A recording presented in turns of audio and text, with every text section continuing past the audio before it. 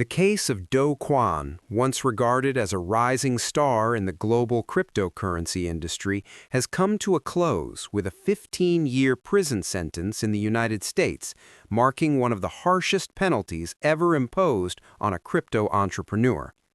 The verdict not only represents the end of Kwon's career, but has also become a symbol of the collapse of a technological dream that was once hailed as the future of decentralized finance.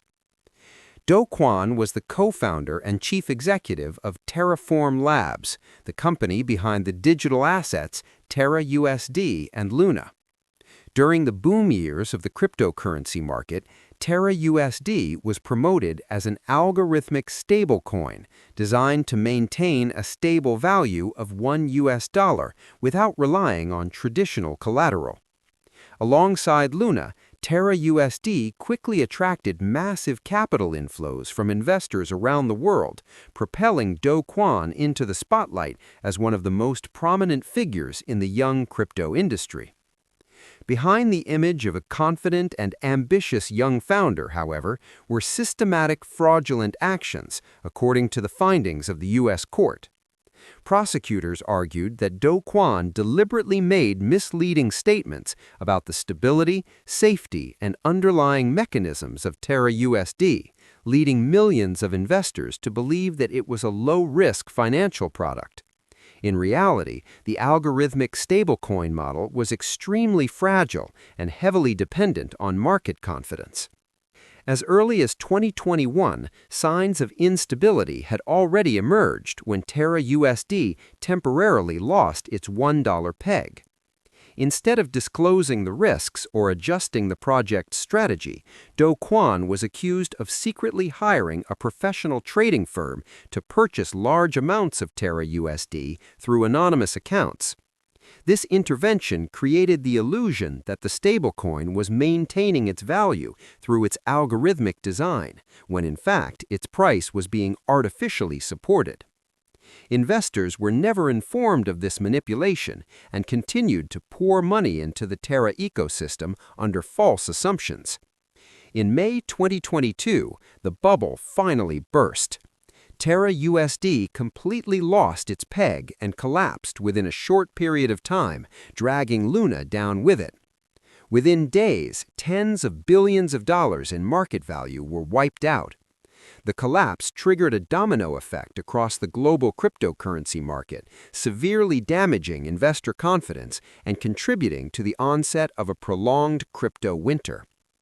According to the court's assessment, the damage caused by Kwon went far beyond abstract figures on trading screens. Approximately $40 billion in value vanished, representing real savings, retirement funds, tuition money, and lifetime investments of countless individuals. The judge emphasized that this was real money belonging to real people, and that the consequences of the collapse had deeply affected the lives of nearly 1 million people worldwide. Many victims submitted letters to the court describing how they lost everything, were forced to abandon their education plans, sell their homes, go through divorces, or suffer from severe emotional distress. For them, Terra was not merely a failed investment, but a devastating event that permanently altered their lives. These testimonies played a significant role in the court's decision to impose a sentence more severe than what prosecutors initially sought. During the trial, prosecutors recommended a 12-year prison term, while Kwon's defense attorneys argued for a sentence of only 5 years, claiming that their client had no intention to commit fraud and was merely involved in a failed business venture. U.S. District Judge Paul Engelmeyer rejected both proposals. He stated that a 5-year sentence was completely disproportionate to the scale of the losses and the sophistication of the fraudulent conduct, while 12 years still failed to fully reflect the profound societal impact of the case. As a result, he imposed a 15-year prison sentence. In addition to the prison term, Kwon may face further legal consequences, including civil liabilities and potential bans from participating in financial activities in the future. The sentence is widely viewed as a strong warning from the U.S. judicial system to the cryptocurrency industry, which has long been criticized for its lack of transparency and limited regulatory oversight. Following the collapse of the Terra ecosystem, Kwon fled South Korea and began moving across multiple countries. He was later found using falsified travel documents and ultimately was arrested in Montenegro in March 2023. After spending 17 months in detention there, he was extradited to the United States to face criminal charges. The lengthy and complex extradition process reflected both the severity of the case and the level of international attention it attracted. The Kwon case does not merely conclude with the conviction of an individual. It raises fundamental questions about the future of cryptocurrency and decentralized finance. It exposes the fatal weaknesses of financial models that rely entirely on algorithms and market trust, while highlighting the thin line between technological innovation and financial fraud.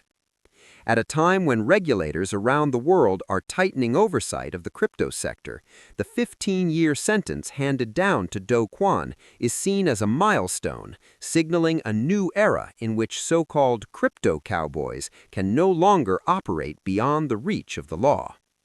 For many investors, the story of Terra will remain a painful lesson about greed, misplaced trust, and the high cost of believing in promises of high returns with minimal risk.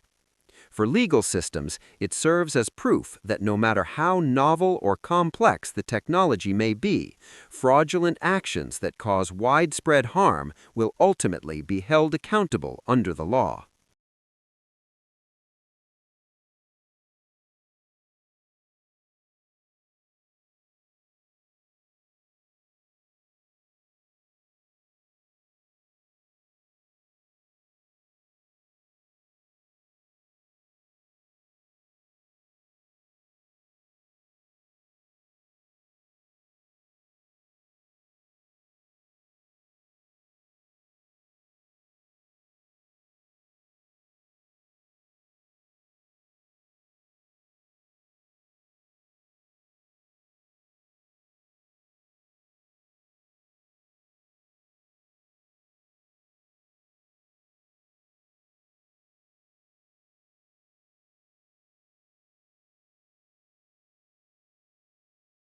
Thank you for watching this story. If you found it meaningful, please subscribe, turn on notifications, and share this video. And now it's time to say goodbye. Thank you for staying with Societal Stories.